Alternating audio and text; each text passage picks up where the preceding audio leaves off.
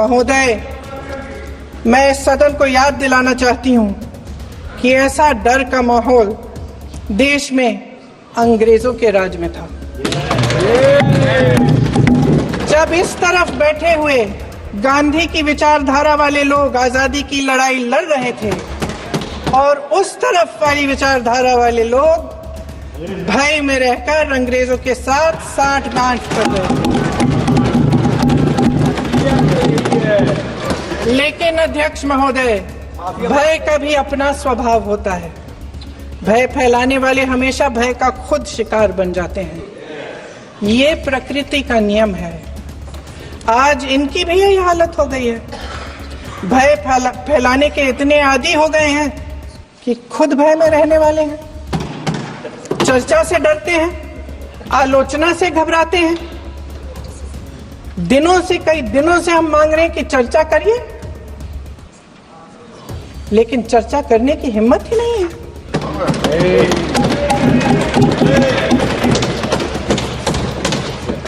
एक कहानी होती थी अध्यक्ष महोदय, शायद बचपन में आपने भी सुनी होगी। राजा भेष बदलकर बाजार में आलोचना सुनने जाता था। ये सुनने जाता था कि प्रजा मेरे बारे में क्या कह रही है, मैं सही रास्ते पे चल रहा हूं कि नहीं। लेकिन आज का राजा, भेष तो बदलते हैं आज के राजा, शौक तो है उनको भेष बदलने का, लेकिन न जनता के बीच जाने की हिम्मत है और न आलोचना सुनने की। महोदय, मैं तो सदन में नहीं हूं।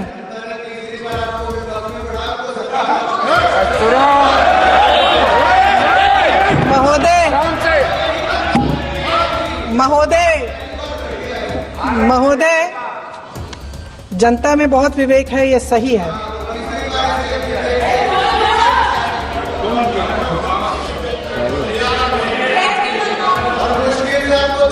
अच्छा महोदय, मैं सदन में नहीं हूँ।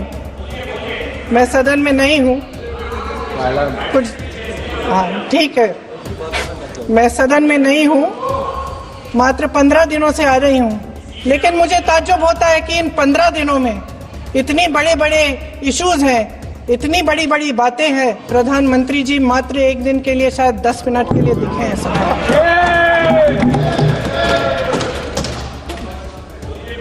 बात यह है अध्यक्ष महोदय जी कि ये देश भय से नहीं, साहस और संघर्ष से बना है। इसको बनाने वाले देश के किसान, जवान, देश के करोड़ों मजदूर और गरीब जनता है। संविधान इनको साहस देता है। मेहनती मिडिल क्लास है। और इस देश के जो करोड़ों देशवासी हैं, जो रोजाना भयंकर परिस्थितियों का सामना करते हैं, उनको साहस देता है। वायनाड में जो आपदा आई, उसमें एक छोटा लड़का था 17 साल का। 6 घंटों के लिए उसने अपनी मां को बचाने की कोशिश की।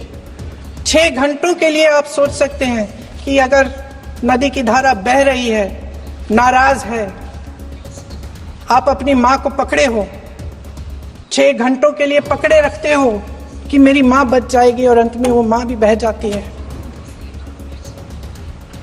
उस लड़के का साहस,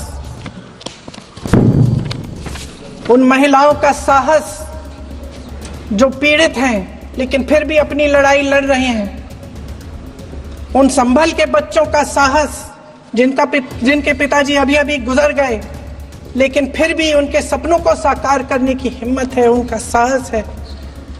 वो साहस से संविधान ने दिया है।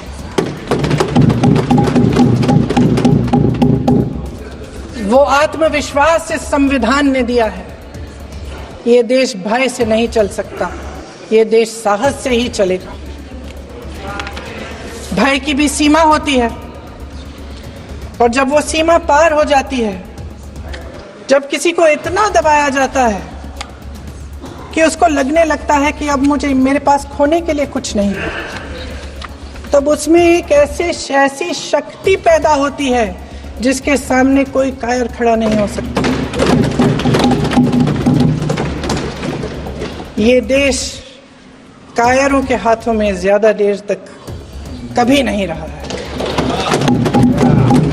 ये देश उठेगा, ये देश लड़ेगा, सत्य मांगेगा, सत्यमेव जयते। जय हिंद।